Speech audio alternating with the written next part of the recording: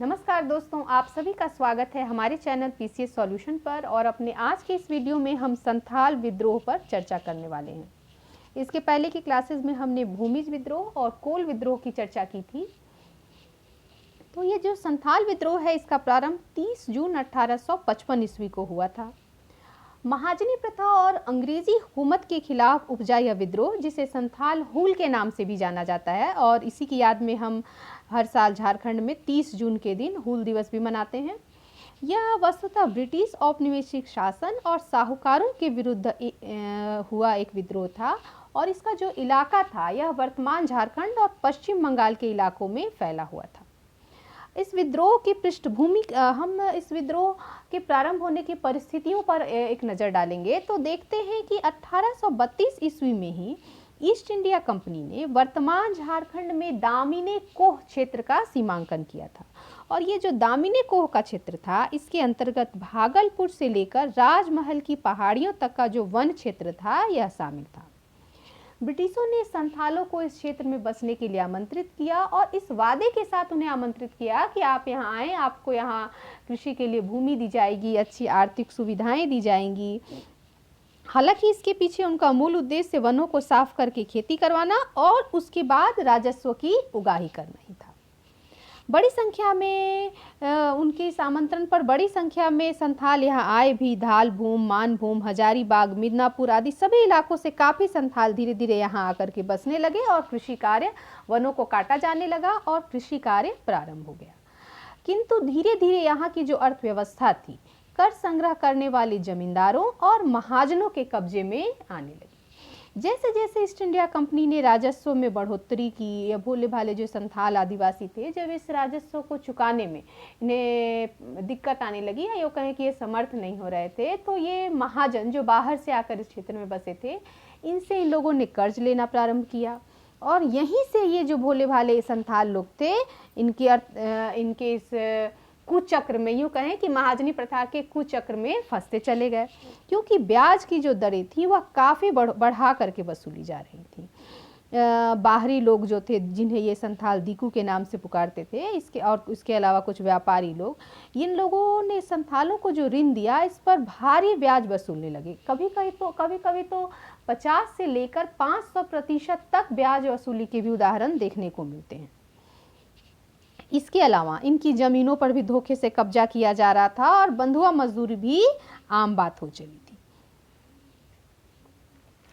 इसी बीच Bhagalpur Varthaman rail line निर्माण में संथालों को ले जाकर के जबरन बेगारी करवाया जाने लगा, जिससे संथालों में रोष उत्पन्न होने लगा। कई बार कुछ झूठे मामलों या छोटे मोटे मामलों को बढ़ा चढ़ा करके भी संथालों को अलग अलग केसों में फंसाया जाने लगा, जिससे रुष्ट होकर के इन्होंने तत्कालीन दारोगा महेशलाल दत्त की भी हत्या की थी। इसके बाद 30 जून, इस विद्रोह का जो प्रारंभ था, 30 जून 1855 ईस्वी को भोगनाडीह गांव में सिद्धू और कान्हू नाम के जो दो भाई थे, जो मुर्मू भाई थे, इनके नेतृत्व में हजारों की संख्या में संथाल पारंपरिक हथियारों से लैस होकर के जुटते हैं और एक विशाल जनसभा का आयोजन किया गया और यहीं पर ईस्ट इंडिया कंपनी के विरुद्ध विद्रोह की घोषणा कर दी गई। सिद्धू और कान्हू के अलावा उनके दो भाइयों चांद भैरव और इनकी जुड़वा बहनों फूलो और झानू ने भी इस विद्रोह में बड़ी ही सक्रिय भूमिका निभाई थी। विद्रोह की घोषणा होने के तुरंत बाद ही संथालों ने हथियार उठा लिया। इनके निशाने पर जमींदार, साहूकार, अंग्रेज अधिकारी और उनके लोग थे। इन्होंने ब्रिटिश कार्यालयों, थानों, डाकघरों सभी पर हमले किए और भागलपुर से लेकर राजमहल के बीच की सभी सरकारी सेवाएं लगभग ठप कर दी गई थी। प्रारंभ में विद्रोह को दबाने के लिए सेना की एक छोटी टुकड़ी भेजी गई, जिसका नेतृत्व जो था मेजर बरो कर रहा था, जो कि असफल रही। बाद में मुर्शिदाबाद के नवाब की सहायता ली गई। स्थानीय जमींदारों ने भी अपनी सेना भेजी। इसके अलावा 7वीं नेटिव इन्फेंट्री रेजिमेंट, 40वीं नेटिव इन्फेंट्री और अन्य को भी कार्रवाई के लिए बुलाया गया। इस पूरे क्षेत्र में मार्शल लॉ लागू कर दिया गया और सिद्धू कान्हू को पकड़ने के लिए 10,000 रुपये के इनाम की घोषणा हो गई और संथालों पर काफ़ी निर्ममता पूर्वक इस विद्रोह को दबाने का काम किया गया। संथालों के घर उजाड़ दिए गए। मुर्शिदाबाद के नवाब की जो हस्ती सेना थी, हाथियों की जो सेना थी, उसने संथाल आदिवासियों के घरों को उजाड़ने का काम किया। सबसे पहले सिद्धू पकड़ा गया और उन्हें 5 दिसंबर को फांसी दे दी गई, 5 दिसंबर 1855 ईस्वी को। कान्हू को 23 फरवरी 1856 ईस्वी को फांसी दी गई, जबकि चांद भैरव पुलिस की गोलियों से शहीद हो गए। इसके अलावा 10,000 के आसपास संथाल लोग जो थे इस विद्रोह में वीरगति को प्राप्त हुए। इसी से पता चलता है कि यह विद्रोह कितना व्यापक था, इसका क्षेत्र कितना व्यापक था और इसमें कितनी बड़ी संख्या में लोग सम्मिलित हुए थे। इस प्रकार जनवरी 1856 तक यह विद्रोह समाप्त हो गया। इस विद्रोह के दमन का जो श्रेय है यह general Lloyd, lieutenant Thomson, Reid और कैप्टन एलेक्जेंडर को दिया जाता है।